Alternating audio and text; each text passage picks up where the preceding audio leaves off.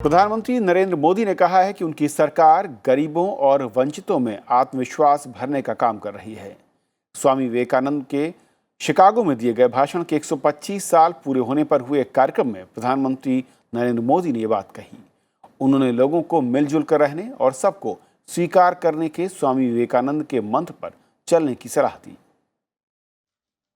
प्रधानमंत्री नरेंद्र मोदी ने मंगलवार को स्वामी विवेकानंद के शिकागो में दिए भाषण की 125वीं सालगिरह के समापन समारोह को वीडियो कॉन्फ्रेंसिंग से संबोधित किया। यह कार्यक्रम कोयम्बटूर स्थित श्री रामकृष्ण मठ की ओर से आयोजित किया गया। प्रधानमंत्री के मुताबिक स्वामी विवेकानंद कहा करते थे कि बुराइयां हर युग में रहती हैं, लेकिन हमें उनसे पार पाना होगा। उन्होंने लोगों से सहिष्णुता और सबको स्वीकार करने के स्वामी विवेकानंद के मंत्र पर चलने की अपील की। उन्होंने कहा कि जब जब भारतीय समाज विभाजित हुआ है, देश पर आपदा आई है। Have to remember that despite all the resources at our disposal, whenever Indian society has been divided, whenever there have been internal conflicts, external enemies have taken advantage.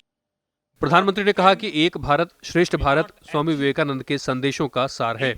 उन्होंने कहा कि स्वामी जी ने पूरी दुनिया को भारतीय संस्कृति और परंपराओं से परिचित कराया। उन्होंने वैदिक दर्शन को जन जन तक पहुंचाया।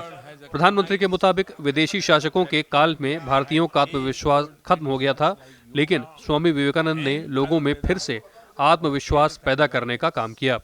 प्रधानमंत्री ने कहा कि उनकी सरकार स्वामी विवेकानंद के संदेशों के मुताबिक गरीबों और जरूरतमंदों के लिए काम कर रही है। We are working hard to increase the self-confidence of the poor, the deprived and the underprivileged. The impact of this can be seen in the confidence of our young people and our daughters.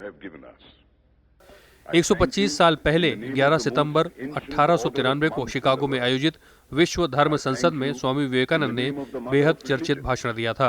इस भाषण के बाद भारत को देखने का पश्चिमी देशों का नजरिया बदल गया था। स्वामी विवेकानंद ने विश्व बंधुत्व और भाईचारे के भारतीय दर्शन से दुनिया को परिचित कराया था। Bureau report, Rajya Sabha TV.